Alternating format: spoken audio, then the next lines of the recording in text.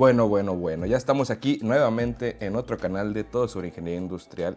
Ya saben que yo soy el ingeniero Alejandro Briones y me encanta esta dinámica en donde ustedes me escuchan, yo les cuento, dejan sus dudas aquí abajo y con mucho gusto les respondo. Vi que hace días una persona comentó en el video de procesos, optimización de procesos, que si conocíamos el término de outsourcing. Sí, ese es un tema que, ahora que lo pienso, no tiene nada que ver directamente con la optimización de procesos, pero gracias por el comentario. Y vamos a darle seguimiento, vamos a darle continuidad. Es un tema muy interesante, el outsourcing y el nearshoring. Nearshoring, aquí lo voy a poner escrito en la pantalla. Nearshoring. Estas dos estrategias, porque vaya que son eso, estrategias, pues sí, estrategias al final del día en el sistema laboral, en la que ciertas personas hacen la chamba por otros, pero no les pagan como a los primeros.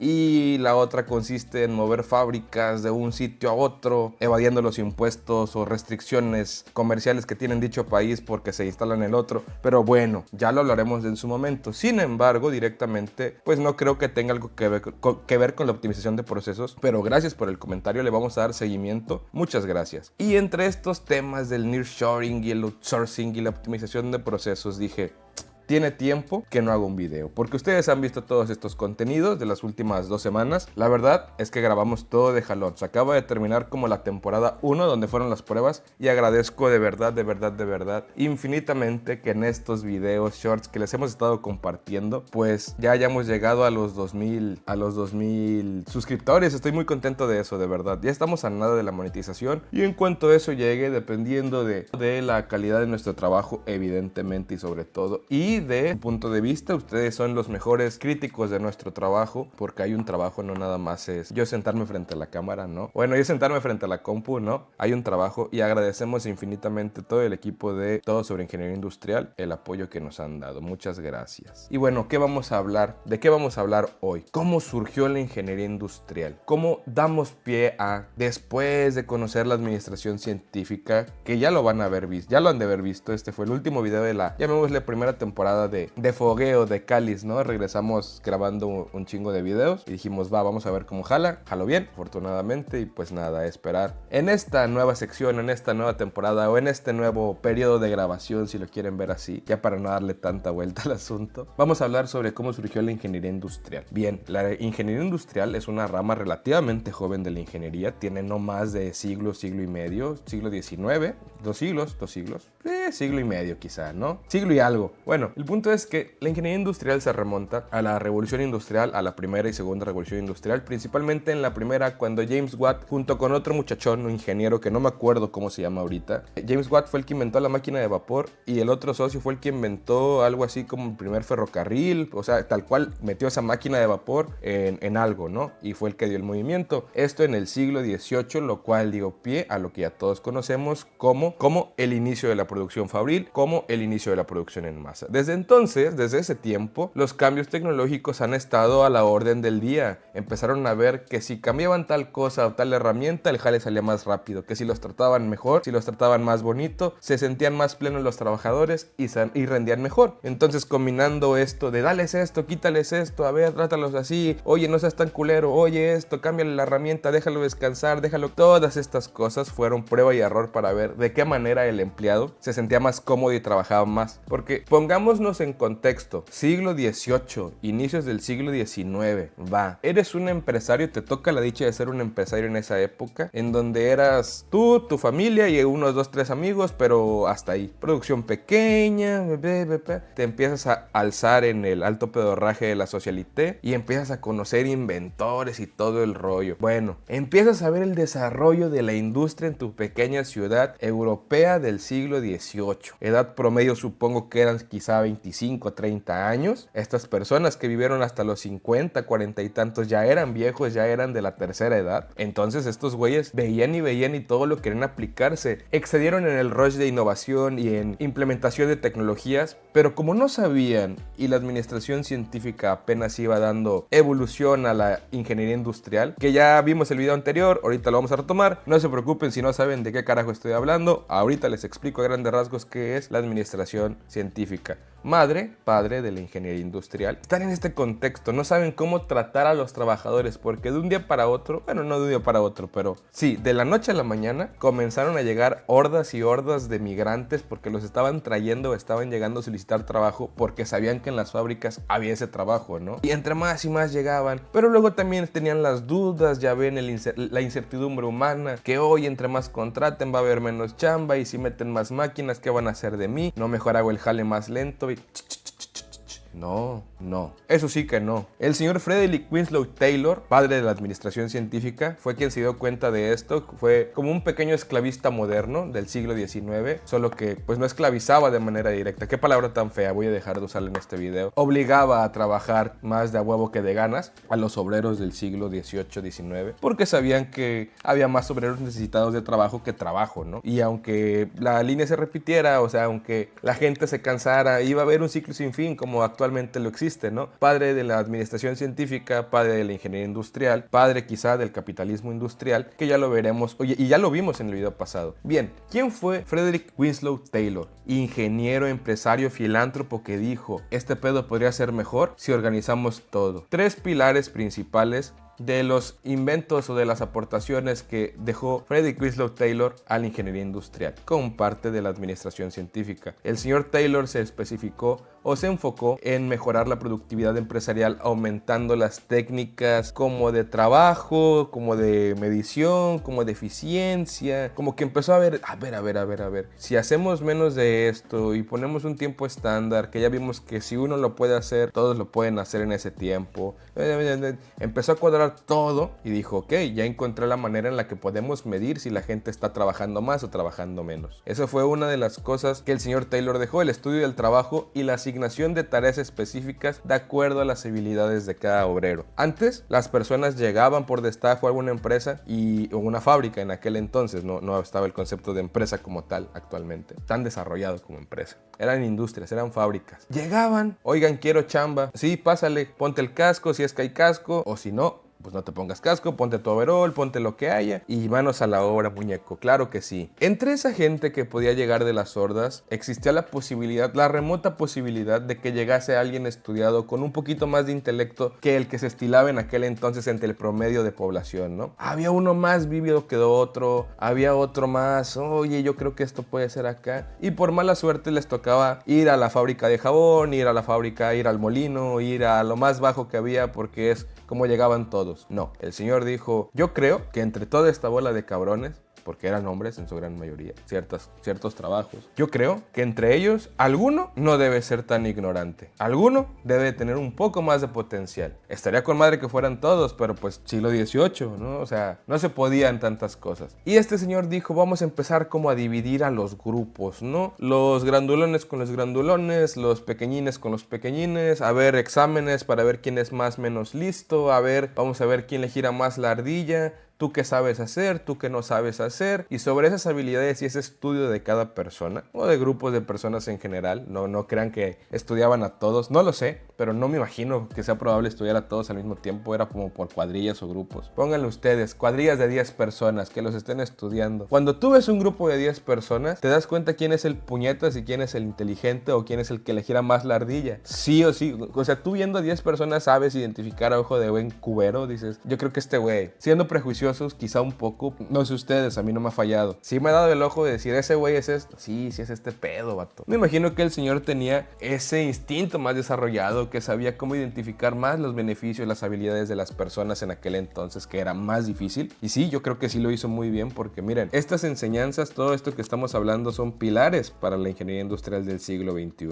Al 2025, que se está grabando y subiendo este video, sigue siendo muy relevante la administración científica como pilar de la ingeniería industrial. Y lo vamos a ver más adelante cuando entremos al tema de sistemas. No sistemas computacionales, no sistemas biológicos, no, sistemas de información, sistemas en general. Hay que entender que es un sistema. Se empieza a complicar si lo quieren ver complicado. Si quieren verlo sencillo, va a ser lo más sencillo del mundo, siempre y cuando entiendan desde ahorita. Administración científica es ponerle números y medir la eficiencia del trabajador, productividad, eficiencia. Aquí no entra, pero eventualmente en el sistema, en el estudio de sistema que va de la mano con esto. Entra el concepto de entropía, que en termodinámica pues ya saben que la entropía es esa cualidad que tiene como de pérdida de calor, como de que se pierda algo, sí, o de que una energía guardada no se esté utilizando. También entropía es el término que se le da a cuando las cosas tienden a irse al carajo, ¿no?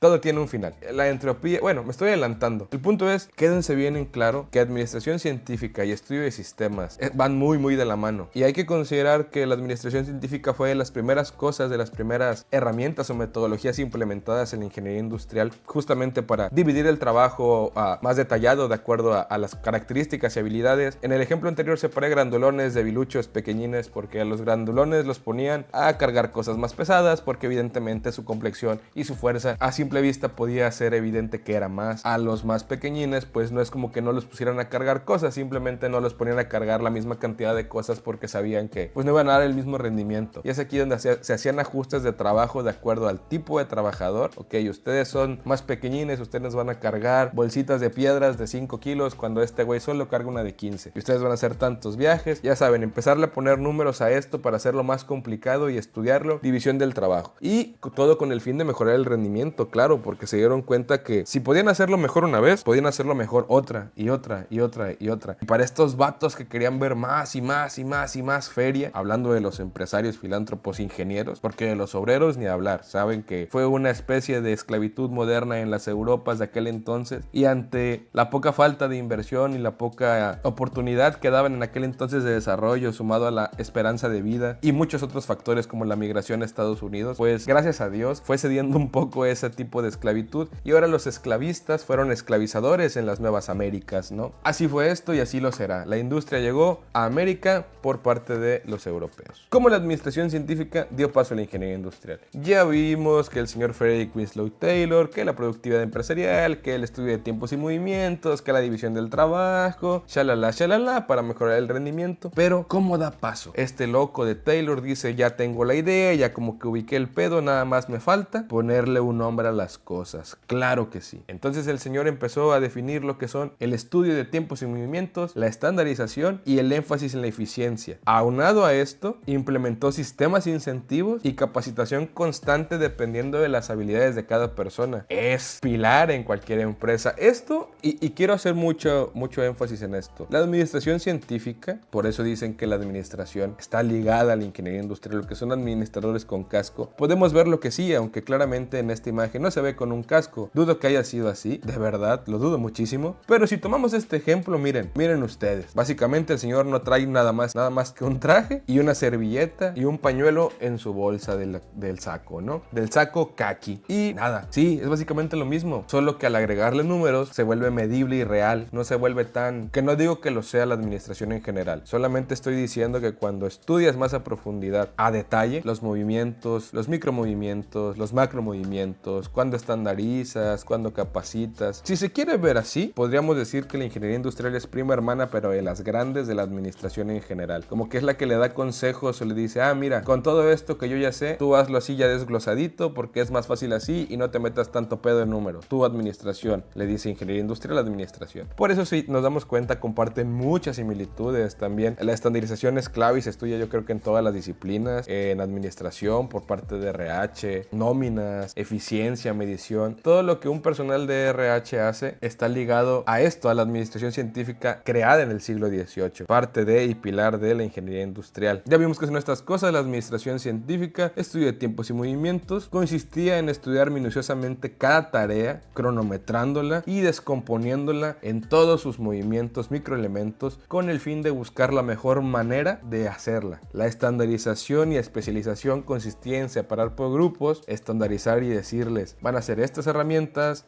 estos procesos de esta manera, con este circuito, con esta ruta de trabajo, para realizar las tareas repetitivas de una manera más eficiente, constante y reduciendo la variabilidad. La administración científica buscaba maximizar la eficiencia de la producción a través de la planificación y el control, que llevó al desarrollo de técnicas y herramientas para mejorar la productividad, que ya veremos más adelante. Esto va ligado. Ustedes disfruten este video, esta carnita, es buen video. Mencioné que implementó un sistema sistema de incentivos, introdujo las compensaciones basadas en el rendimiento, incentivando cada vez más a trabajar alcanzando altos niveles de productividad. ¿Qué producía esto a la larga? Que el desgaste en los sombreros se viera reflejado más pronto que tarde. Ya lo vimos anteriormente, pero recordemos que cuando se empezaron a dar cuenta de que las condiciones en las que se encontraban laborando no eran las más óptimas, empezaron a ver como que huelgas, uno que otro movimiento acá anárquico en contra de la industria, comenzaron las migraciones, comenzaron a independizarse de los patrones y a ir a otras partes de Europa a colocar empresas. Muchas no sobrevivieron, recordemos esto, pero otras que sobrevivieron a este boom y declive del crecimiento de la primera revolución industrial, pues bueno, ya ahí vemos a Henry Ford con Ford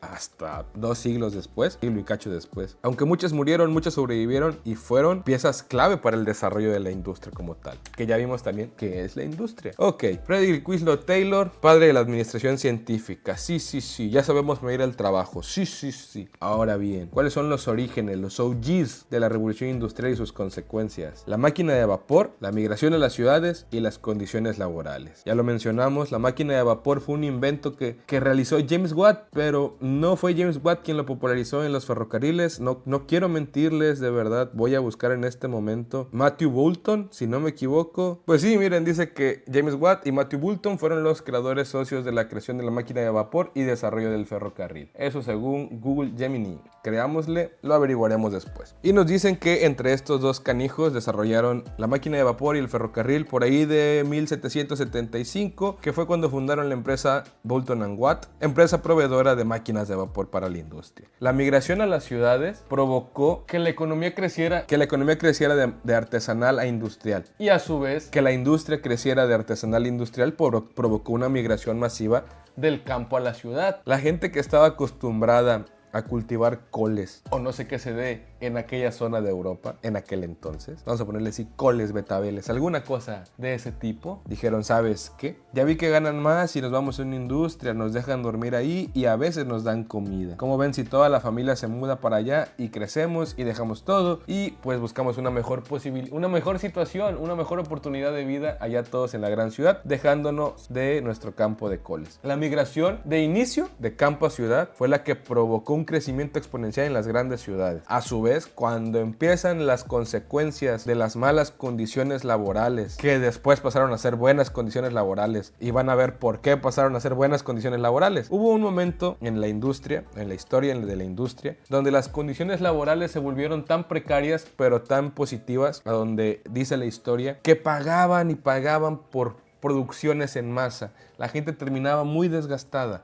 muy desgastada. Como ya les estaban dando los patrones, los jefes, más dinero por producir más, o sea, fuera de su trabajo, o sea, fuera de su horario laboral, no existía el límite de horas extra doble y triple pagadas, no, solo bonos. Y era, acaba tu bono, produce más y regresas a producir. Ya no había horarios, era por producción en masa, me imagino. Eso se fue implementando poco a poco, conforme cada autor, cada pionero de la ingeniería industrial fue haciendo sus aportaciones, las condiciones fueron cambiando. Y esto pasó así. Migran a las ciudades los campesinos granjeros. Producen, les pagan.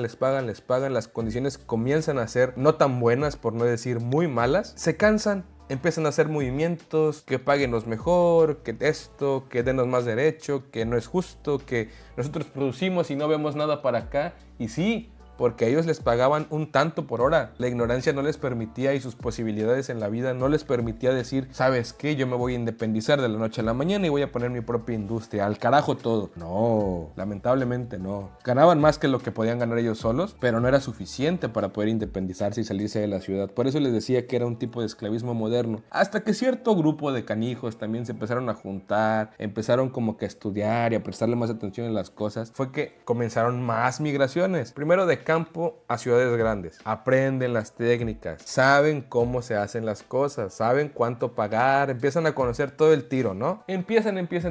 Y hace rato dije que el esclavizado se convierte en esclavista. Y es aquí donde pasa eso. Se cansan de las situaciones, no sé, pasaron 50 años quizá. Todo ese periodo de tiempo, regresan a sus ciudades de origen, regresan o se van a otras ciudades antes no conquistadas o que decían, mira, fíjate que ya no hay tanto movimiento, fíjate que ya no hay esto y tú le sabes a esto. Y como en todos lados y hasta la fecha, siempre hubo un aventurero, un aventado que dijo, va.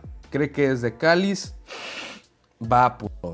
Así meme. Y empezaron a ser ahora ellos los empresarios, filántropos, ingenieros. Pues no había en aquel entonces como tal un estudio de, ¿no? Pero a los más vívidos, a los más atentos, los que ya tenían un estudio o entendían los números, más bien los que entendían los números decían, ok, si buscas un número mayor, empezaban a estudiar esas cosas y empezaban a implementar cosas que salían de sus cabezas, porque al final del día todo es eso, todo es eso, metodologías y herramientas creadas, inventadas por alguien a quien las probó y les dio un buen resultado. Método científico, prueba y error. Lo hicieron tantas veces, lo estandarizaron y crearon los principios que hasta la fecha es imposible que tú puedas refutar que estas cosas sucedieron, puedas refutar si te gusta o no te gusta cómo pasaron las cosas, si te gusta o no te gusta cómo se mide el rendimiento, no importa, porque es una metodología ya probada por muchos siglos, que dicen sí funciona medir el trabajo porque nos da una idea de la productividad de cada empleado y la productividad de nuestra empresa. ¿A qué voy con esto? La revolución industrial dio como consecuencia, sí, la ingeniería industrial, y conforme fue pasando el tiempo fue siendo menos rudimentaria y más amable con el obrero, dándole más lugar al beneficio humano, como ahora sabemos debía ser siempre. Eran otros tiempos, no se puede juzgar eso. Solamente era para recordar esto, que así sucedieron las cosas. Se mudaron a las pequeñas ciudades y comenzaron a hacer fábricas,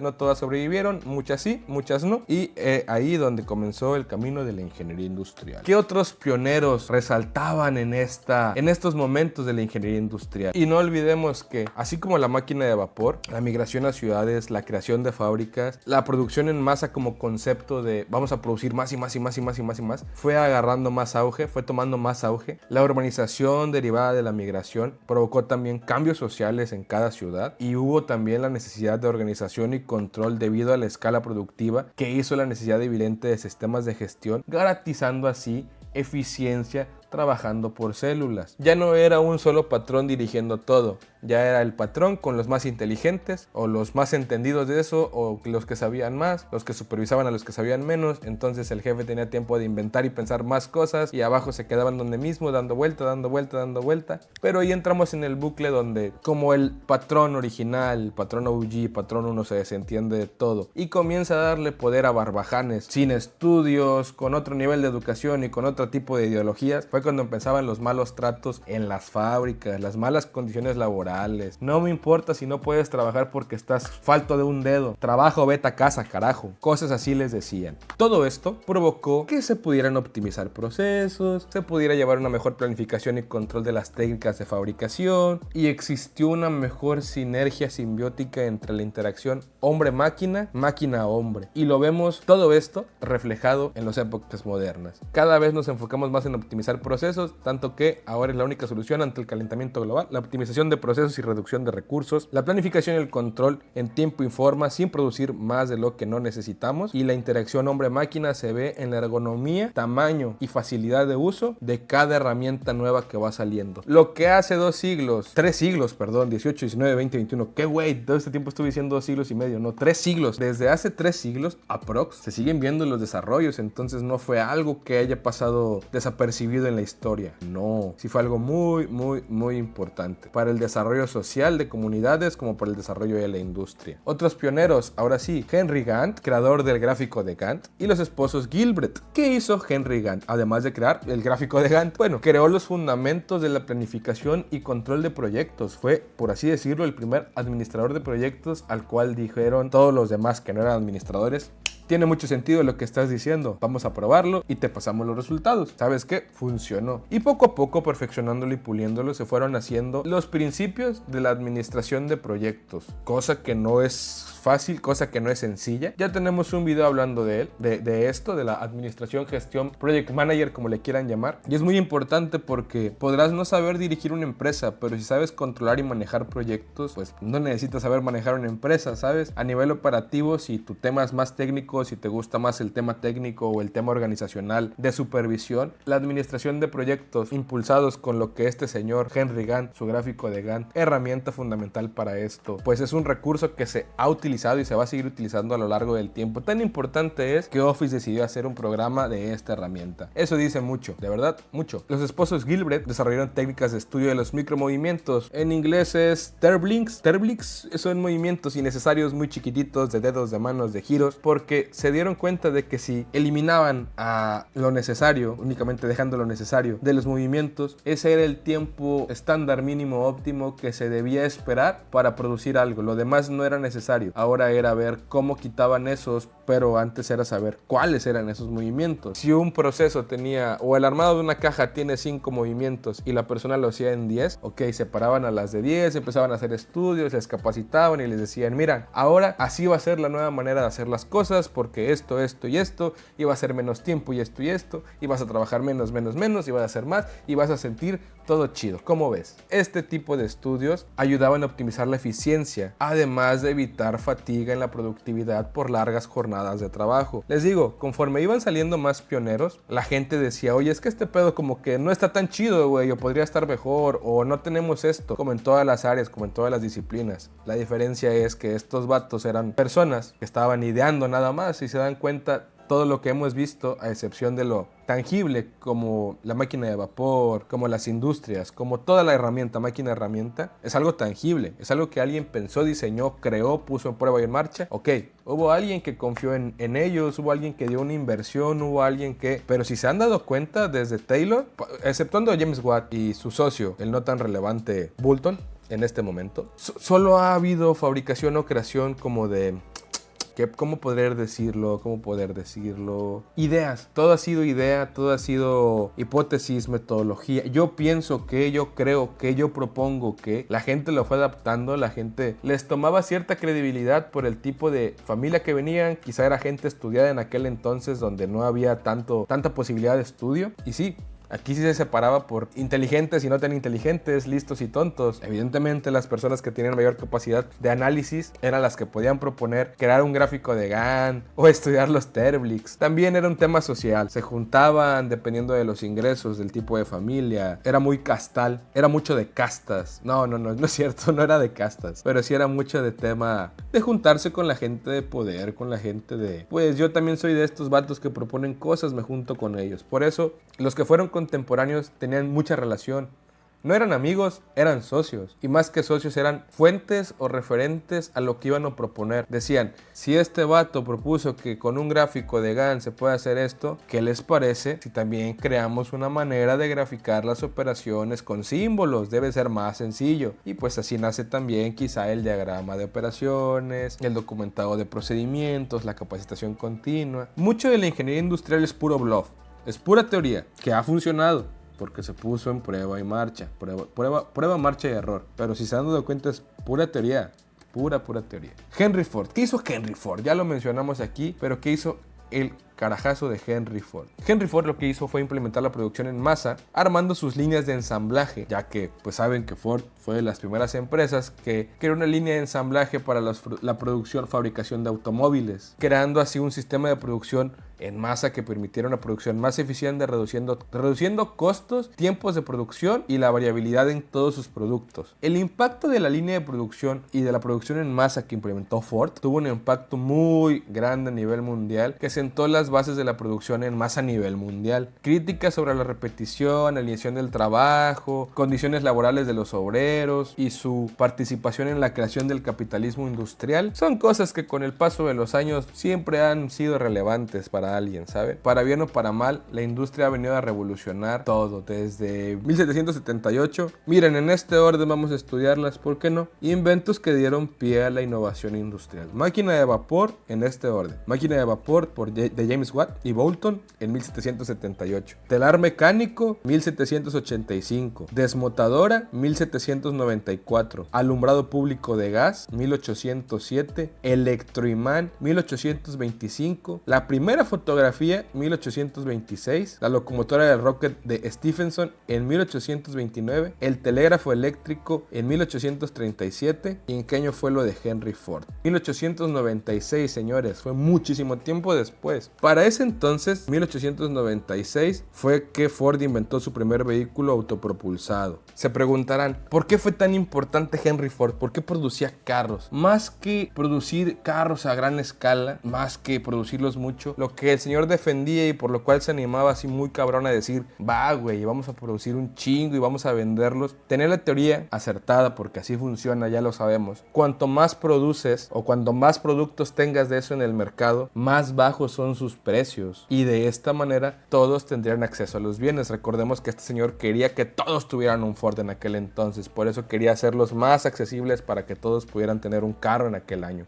en aquella época. Pasando de Taylor a Fayol. Mientras Frederick Taylor se centraba en la optimización del trabajo a nivel operativo, Henry Fayol aportó una visión más amplia sobre la administración. Sus contribuciones incluían funciones administrativas. Henry Fayol definió las funciones básicas de la administración: planificación, organización, dirección, coordinación y control. Tuvo un enfoque más integral. Su teoría amplió el campo de estudio de la administración, integrando aspectos estratégicos y administrativos de la gestión de empresas. ¿Ven por qué les digo que es como el tío, primo, hermano, hermana de la administración? Frederick Taylor, padre de la industria, un hombre gris, un hombre enfocado en la producción en masa, más, produzcan, no me importa cómo se estén muriendo, no me importa que estén padeciendo, no, más. Y este señor, más blancuzco en esta foto, en quizá Estados Unidos por los grandes edificios de fondo, ya en una oficina, más burocrático el asunto, dijo, ¿saben qué? No hay que ser tan salvajes ni barbajanes, hay que llevarlo con más calma, más planificado, organizado, con una dirección, un control, una medición, hay que considerar no nada más el producir, sino para qué vamos a producir, cómo vamos a producir, ¿por qué tendremos que producir tanto? Hay que estudiarlo. Pero entre estos dos señores, mientras uno se centraba en las tareas individuales de los trabajadores, en la eficiencia operativa como se le conoce, y la división del trabajo, el otro tenía una visión más organizacional, implementando técnicas un poco más psicológicas, un poco más humanas, un poco más ergonómicas, un poco más conscientes de las situaciones humanas, promoviendo la unidad de mando y el respeto a los trabajadores. El trabajador no es nada sin los obreros y los obreros no son nada sin el trabajador. Esta sinergia promovió el pleno desarrollo de las organizaciones, industrias y empresas conforme pasó el tiempo. ¿Qué siguió después en toda esta historia de la ingeniería industrial? El movimiento de las relaciones humanas por Elton Mayo. Que un saludo al ingeniero Elton, aprovecho para mencionarlo aquí y decirles que él es parte de este proyecto, lo han de haber visto en otros videos, en otro canal. Aquí les voy a dejar un video donde seguramente han visto al ingeniero Elton, pues lo van a ver aquí pronto, van a escuchar su voz, van a escuchar su explicación en unos próximos videos. Él es una persona muy conocedora también del tema industrial. Pero bueno, ¿qué hizo Elton Mayo? Elton Mayo llevó la administración un poco más allá, ya no únicamente al tema organizacional, ya no únicamente al tema de cómo vamos a hacerlo para que todo se vea bonito en papeles, documentado.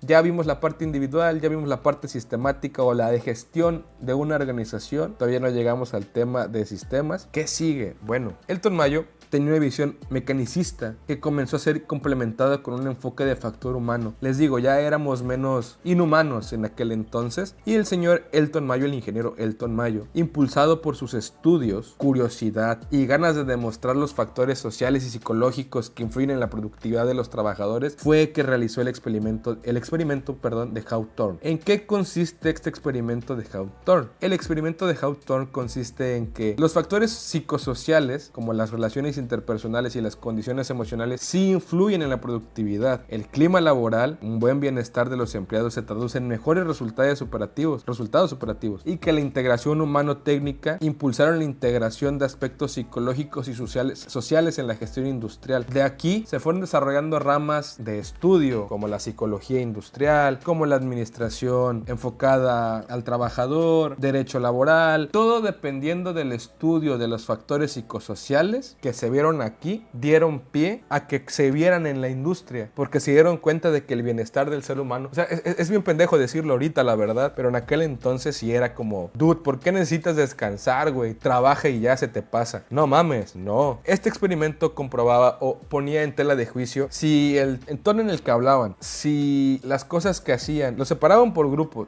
No les quiero mentir, de verdad, aquí está. ¿En qué consistía el experimento de Hawthorne? Se llevó a cabo en Western Electric Company, en Hawthorne, Illinois, de ahí el nombre, y era para medir la relación que existía entre la productividad y las condiciones ambientales. El objetivo era conocer cómo distintas variables conocer las distintas variables que afectaban a la productividad de los empleados. Los resultados demostraron que la productividad no se debía principalmente a los incentivos económicos, no todo es dinero, sino a las relaciones humanas y al reconocimiento. Se descubrió que los empleados estaban más motivados cuando creían que la gerencia se interesaba por su bienestar. Por eso, en la ingeniería industrial moderna se dice que la alta dirección tiene que tener una charla, tiene que tener conexión con los operativos, con los colaboradores. Si los colaboradores sienten que la alta dirección está al pendiente de ellos, los cuidan y los protegen, van a rendir mejor porque se van a sentir seguros haciendo su trabajo. Sus resultados influyeron en la teoría administrativa, cuestionando los principios básicos de la teoría clásica. Si la teoría clásica es la que conocemos de la administración, hay algo muy interesante en este experimento y se conoce como el efecto Hawthorne. Les dije que se dividían como en dos grupos, ¿no? Que como que separaban por lotes de a ver ustedes y luego los mezclaban. Se dieron cuenta de que el efecto Hawthorne consiste en los empleados van a cambiar si una autoridad los está observando. Y sí, si ya están en el mundo laboral o están en la escuela, en la universidad, se darán cuenta en prácticas, sí o no, están más relajados cuando no está su jefe directo. Aunque se lleven a toda madre. Claro, porque cuando el gato no está, los ratones hacemos fiesta. Bueno, pasó lo mismo. Los separaban por grupos, luego los mezclaban y se dieron cuenta de que indistintamente de cualquier incentivo monetario e indistintamente del ambiente laboral, pues de ese momento, saben, de tus compañeros de trabajo, no amigos, compañeros de trabajo, podían seguir dando el mismo rendimiento. Sin embargo, a largo plazo los temas psicosociales de su entorno afectaban más en la producción e impedían que se desarrollaran completamente. No es que se limitaran o que bajaran la producción, simplemente que no producían más. Y esto era porque no estaban siendo observados. Cuando no están siendo observados, una persona trabaja como realmente trabaja. Si eres trabajador, vas a seguir trabajando. Si eres huevón, te va a valer madre y vas a tirar la hueva. Pero regularmente, cuando una persona no está siendo observada por una autoridad en temas laborales, va a trabajar como siempre ha trabajado. Si está deprimido, si ese día no comió, si se peleó con su mujer en la casa, si un hijo falleció, si falleció su madre, si perdió algo, si no sé, claro que va a afectar en el rendimiento. Sin embargo, si los estás observando todo el tiempo, va a provocar que tengan estrés, que les provoques, que en ese entonces, imagínense, no existían esos términos, estas definiciones tan desarrolladas como estrés, ansiedad, estrés postraumático o todas estas nuevas cosas que ahora se le conocen o a los que exigen eso como generación de cristal. Imagínense, antes no existía eso y quien lo pedía, oye, es que me siento mal, güey, se me subió la presión. Por pendejo. Oye, no, mamón. Si me dejó mi mujer en la mañana, me vine sin desayunar, güey. Y me estás exigiendo que trabaje sin hora de descanso. Claro que no voy a rendir lo suficiente, güey. Claro que voy a tronar. Por lo mismo, cuando se dieron cuenta de que no todo era, recordemos que ya nos filtramos, ya fuimos de Taylor a Fayol, ya pasó una humanización de la mano de obra, dijeron, ok, güey, hay que ser menos exigentes con estos vatos porque nosotros ya entendimos que sin ellos la empresa no crece. Ellos no han entendido la posición en la que están. Sí, uno es reemplazable, sin embargo, el conocer información de la empresa, operaciones y procesos de donde estás te vuelve más valioso. Quizá no para ellos, pero también para la competencia. Ende, cuando las empresas se dieron cuenta de esto, de la posición favorable en la que estaban teniendo de las bolas u ovarios a los trabajadores, y estos güeyes, a expensas de que les den algo, dijeron, bueno, como yo no quiero que se me vaya ya a una empresa de lo que yo hago o se me vaya con mi competencia, ¿qué necesito darles para que no sean unos malagradecidos que me dejen tirado? Pues tratarlos como personas, ¿no? Es lo mínimo. Y es ahí donde las normas sociales y las expectativas de grupo fueron escuchadas y provocaron un impacto significativo en el desempeño laboral más allá de la capacidad física. Ya no nada más era haz más, carga más, produce más. No, ya era un trabajo más pensante, ya era una producción más en forma, más consciente, más quizá no precavida o cuidando el medio ambiente en aquel entonces, pero sí el bienestar del ser humano, sí el bienestar de las personas, porque recordemos que era siglo XVIII, siglo XIX, siglo XX, hubo muchas enfermedades, hubo muchos conflictos, hubo muchas cosas. Mucha gente se fue, mucha gente murió, mucha gente ya no se supo de ellos, se exterminaron a muchos, pasaron muchísimas cosas en estos siglos y parte de los estudios es hay que cuidar lo que tenemos, güey, porque no tenemos tanto ni hay mucho de esto. Pocos los estudiados y se los están llevando para la guerra o están pasando muchas cosas, güey, o mira, hay que cuidarlos. No sabemos por qué, pero hay que cuidarlos. Esta teoría nos dice que si les damos un excelente bienestar al trabajador directamente relacionado, se va a ver directamente relacionado a su productividad. Si nos centramos viéramos en un enfoque más humanista de la administración, podríamos considerar el bienestar o al colaborador como centro o como núcleo de nuestra empresa. Para mí tiene mucho sentido que si la empresa, más en estos tiempos, fíjese, si la empresa tiene la capacidad de pagarle a un solo cabrón un sueldo grande, prestaciones muy buenas, podría hacerlo en medida con todos, ¿ok? No hay pedo, quítale responsabilidad a los de abajo y dásela al de más arriba. Que sea justo y equitativo, güey, que sea justo y equitativo como empresa. Pero cuando pasa lo de la primera revolución industrial, que exigen derechos malamente a Frederick Taylor, que empiezan a haber huelgas, la gente empieza a agarrar la onda que como, oye, hay que ser más inhumanos, y les digo, yo creo que el núcleo de una empresa debería ser siempre el colaborador y mantenerlo contento, porque vamos a suponer una industria, una gasolinera, ¿va? La industria del hidrocarburo de ahora, pongámosla de ejemplo, que es lo que se me ocurre ahorita. Yo no podría... Sería un pendejo si digo, yo voy a llevar a cabo el negocio de la distribución completo de una gasolinera, güey. Yo solo, a la verga. ¿Cómo se te ocurre? Y esa es una función tan básica como conectar, picar unos números, jalar un gatillo y se acabó. Pero no es un tema de, ¿cómo explicarlo? De inteligencia o de que requieras mucho, no. Es un tema de, por lo repetido, rutinario y monótono del asunto, deben de hacerlo bien, güey. Yo prefiero tener un güey, digo, yo lo veo así, yo prefiero tener un güey que sé que lo va a hacer bien todas las veces, todos los días y lo mantengo contento, a un güey que yo no sé si el día de mañana su esposa lo deja y eso va a afectar en este pedo, o no se le está dando el apoyo y llega a matar a todos ahí en la oficina, no sé, muchas cosas y cada cabeza es un mundo de verdad, y tan fácil y sencillo como darle a las personas su lugar, tratarlos con respeto, no ser unos culeros, considerar y entender, que fue lo que el señor ingeniero Elton Mayo dio a entender en aquel entonces, que es, son tan humanos y tienen tantos pedos como uno, güey, no les puedes exigir más de lo que ya, porque los vas a tronar. Y yo supongo, no lo sé, esto lo estoy diciendo sin conocimiento de causa, ya en aquel entonces debían existir demandas de abuso, demandas por muertos o cosas así, y también, claro, tema monetario, se dieron cuenta de que si pasaban ese tipo de cosas dentro de, iban a buscar a una persona. No crean que las cosas que se fueron implementando eran meramente relacionadas, sí, aportaron mucho al bienestar y desarrollo humano, del bienestar de la sociedad, del bienestar del colaborador, pero no olvidemos que eran pioneros de las industrias. Su objetivo era optimizar recursos, su objetivo era mejorar la productividad, mejorar las ganancias, salir con más números positivos. Como consecuencia, bueno, en este caso se le dio prioridad al bienestar, porque se dieron cuenta que un empleado bien contento trabajaba bien, contento sin chiflar, lo suficiente para que te respeten, no tanto para que les valga madre. Pero ya cambió ya cambió el enfoque, ya no es produce más para que yo te tenga a ti de obrero, de peón, ahora es señor peón, mucho gusto, soy señor jefe, necesito de usted, usted necesita de mí, y si los dos trabajamos felices y en conjunto nos va a ir muy bien. Sí, ya cuando empezaron estas implementaciones de el estudio de las relaciones humanas, fue cuando se comenzó más a enfocar en el capital humano, les decía. Elton Mayo, estudiando el bienestar humano, las relaciones humanas, cómo estas afectaban al desempeño laboral, dio pie a que si no erro, biólogo, no quiero errar, de verdad, biólogo, así es, lo acabo de corroborar, aquí se los voy a poner, Ludwig von Bertalanffy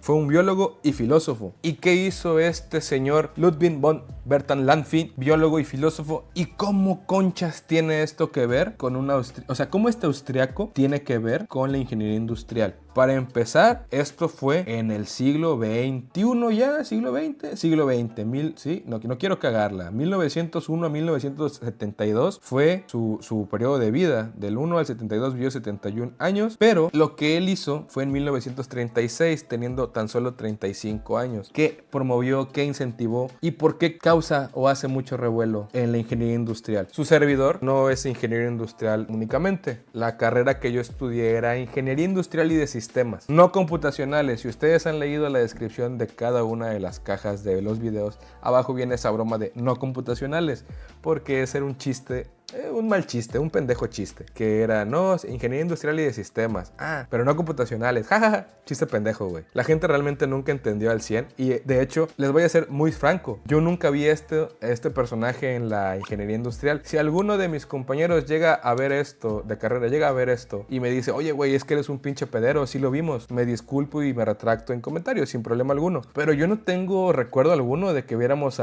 como tal, si la carrera se llamaba ingeniería en sistemas, ingeniería industrial y de sistemas, nunca viéramos La teoría general de sistemas de Ludwig von Bertalanffy, biólogo filósofo. No sé, me hace dudar mucho de la calidad de los estudios, pero me quedo contento porque no me quedé con la duda y actualmente pues seguimos investigando, ¿no? Pero sí, este señor en siglo XX, sí fue, 1901, 1975, 72, fue su periodo de vida, hizo una aportación muy interesante, la teoría general de sistemas. Esto a sus 35 años en 1936. ¿Qué estaba viendo este señor y en qué consiste la teoría general de sistemas? Para empezar, ¿saben qué es un sistema? La dejo sobre la mesa, no se preocupen, es complicado. Es complicado porque es el mismo caso de industria. ¿Qué es industria? Video de 30 minutos. A la verga, te pregunté qué es industria, güey. Exacto. Hay mucho de dónde exprimirle al tema de sistemas. Y aquí sí se los vamos a dar. Si en su universidad todavía no se los enseñan o nunca se los han enseñado, es importante conocer el estudio del sistema como sistema. Vamos a verlo, ¿ok?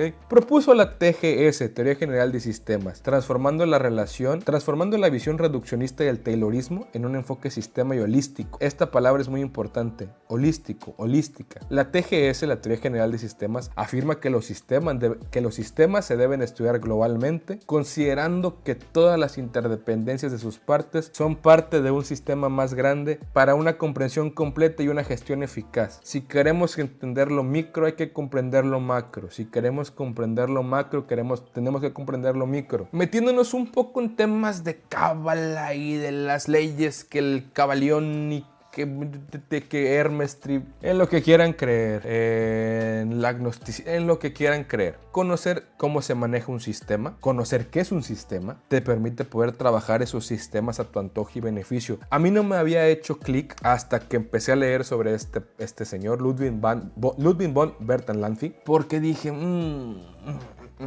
como que sigo sin entender al 100 la parte de sistemas, güey. ¿Qué me querían decir? Es sistemas de información en temas de industria. Pero cuando metes la palabra sistema a cualquier cosa, prende una luz en el cerebro de todos. No sé si en el de ustedes, bueno, en el mío por lo general sí. Sistema. Teoría general de sistemas. ¿Qué carajos, qué conchas es un sistema, güey? El maldito sistema. Se me cayó el sistema operativo. No hay sistema. ¿Qué es un sistema? Lo vamos a ver después. Lo importante es que conozcamos las aportaciones de el señor von Bertalanffy. Él consideraba que la organización era un todo interconectado, no una suma de partes, no esto con esto, no. Todo está con todo, todo está relacionado, todo da, todo quita, todo aporta, todo va bien, dependiendo del tipo de sistema, ¿ok?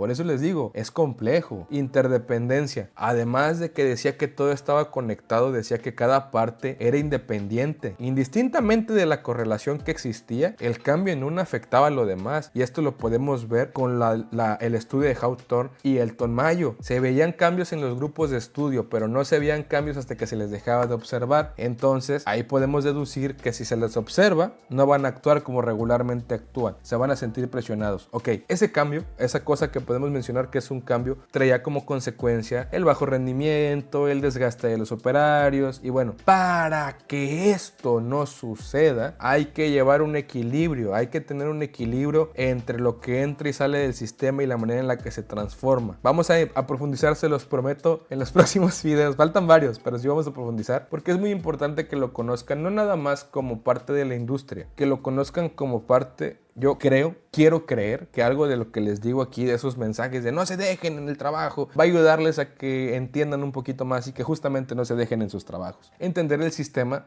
te ayuda a manipularlo. El enfoque sistemático analiza cómo los elementos interactúan dentro del sistema para lograr un objetivo en común. Entender la teoría general de sistemas antes de cualquier otro sistema va a permitir saber cómo manejar a nuestro antojo este sistema. Por eso les digo, es súper importante comprenderlo a detalle. Comprender que todo está interconectado y uno no es nada sin el otro, ojo, a excepción y dependiendo del sistema. Que existe una interdependencia, aunque todo esté conectado, cada elemento que forma parte de este sistema, si se altera, produce un cambio o trae consecuencias en otras áreas o en otros factores o en otros elementos. Y también que hay que estudiar cómo los movimientos interactúan entre sí para ver o identificar qué enfoque sería el más óptimo para optimizar, valga la redundancia, el rendimiento de un todo antes que el de cada parte. Acomodar, cómo reunir, cómo hacer que las cosas interactúen para que sea un bien superior al que todas las partes chiquitas podrían hacerlo de manera sola. Es lo que he dicho, una ramita es muy frágil, pero un chingo de ramitas apiladas son muy difíciles de romper. Lo mismo aquí, entiendes cómo se maneja el sistema, fortaleces ese sistema para que tengas mejores resultados, optimizar los rendimientos y tan.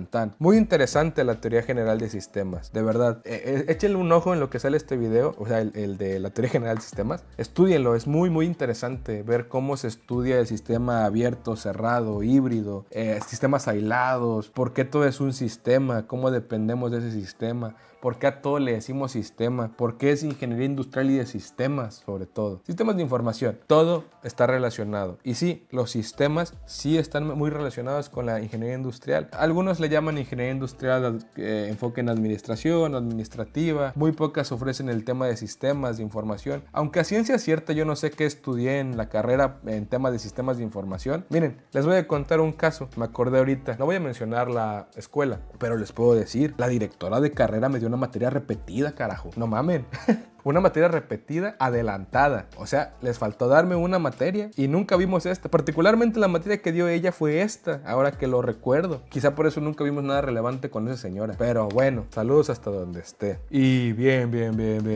¿Qué sigue? En la ingeniería industrial, ¿qué sigue? ¿Cuál fue el siguiente paso? El ciclo planear, hacer, verificar y actuar. El ciclo PHVA o el ciclo de Deming, que fue, pues más bien, es el ciclo de mejora continua. Este ciclo de mejora continua es un proceso en el que básicamente es el método científico, pero desglosado y más simplificado. Más bien, más simplificado. Consiste en planear lo que vamos a hacer y en ese planear hay que definir nuestro problema, oportunidades, objetivos, desarrollar un plan, hacer, llevar a cabo y ejecutar ese plan, recolectar datos, tomar mediciones, verificar, que es evaluar los resultados obtenidos en el hacer. A ver, tanto de esto hice tanto tiempo, fue tanta producción, me tardé tanto, me quita tanto, lo que quieras medir, comparándolo con los objetivos planificados. Es aquí donde entran los indicadores, los famosos KPIs, y el actuar sobre la prueba y el error, sobre los datos que obtuviste y sobre las recomendaciones que te da el sentido común y tus estudios. Ahora sí es momento de actuar, como implementando los cambios basados en los resultados en la base de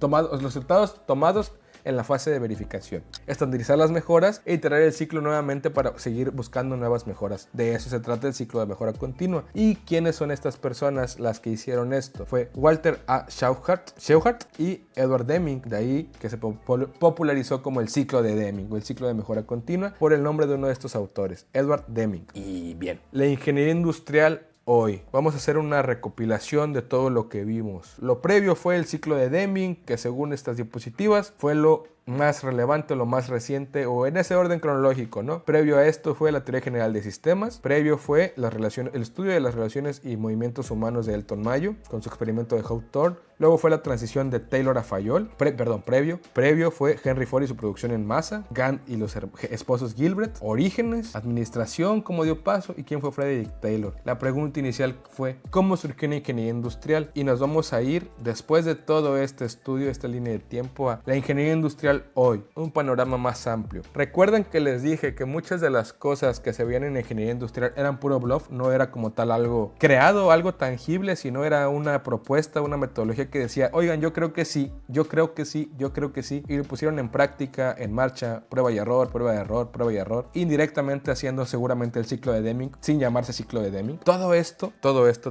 dio paso a lo que hoy en día, ya más conscientes, ya más grandecitos, ya a sabiendas de que existe el cambio climático, de que nos podemos estar acabando el mundo, de que la gente no quiere ya las cosas así en exceso masivas, sino que quiere cuidar más el ambiente, que ya también se dieron cuenta de que es más eficiente y con mayor calidad y menor variabilidad producir de uno por uno como lo hace el sistema TPS de producción Toyota Production System. También se dieron cuenta en este puro bluff que el Six Sigma es una metodología también que nos ha ayudado mucho a la reducción de la variabilidad de la mano con la producción esbelta de Lean Manufacturing. Y también nos dimos cuenta que la gestión de la cadena de suministro se enfoca en la coordinación y optimización de todas las actividades relacionadas con el flujo de bienes y servicios. Definitivamente no es la misma industria que hace 3 siglos. Ya somos más conscientes, sabemos que nos estamos acabando el mundo y ya por fin entendimos que estas propuestas, estas metodologías han servido para dar pie al desarrollo de herramientas 3 siglos después. Actualmente todo este estudio, variabilidades y MATLAB y análisis de datos, es más fácil hacerlo. Antes era mano manopla y a conocimiento ahora es, de acuerdo a los patrones, fórmulas y todo configurado, puede que no haya tanto margen de error. Todos sabemos que los software fallan, tienden a fallar algunas veces. Los sistemas fallan, tienden a fallar algunas veces. Entonces, es una herramienta, no es una solución, solo es una herramienta para facilitar nuestro trabajo. Y bien, ¿qué nos espera o cómo quiero cerrar esto? Me gustaría finalizar diciéndoles que espero les haya gustado este video. Ya no quiero decirles más. Estoy seguro que ya los cansé en este video. Espero les haya gustado, se hayan enterado cómo surge la industria,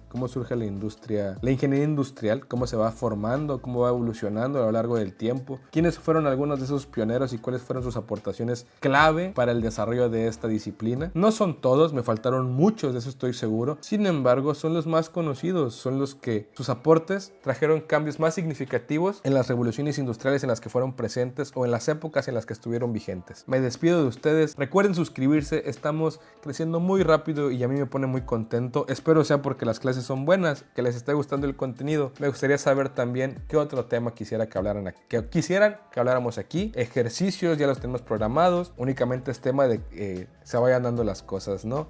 Gracias por suscribirse y nos vemos en otro video. Hasta la próxima. Bye bye.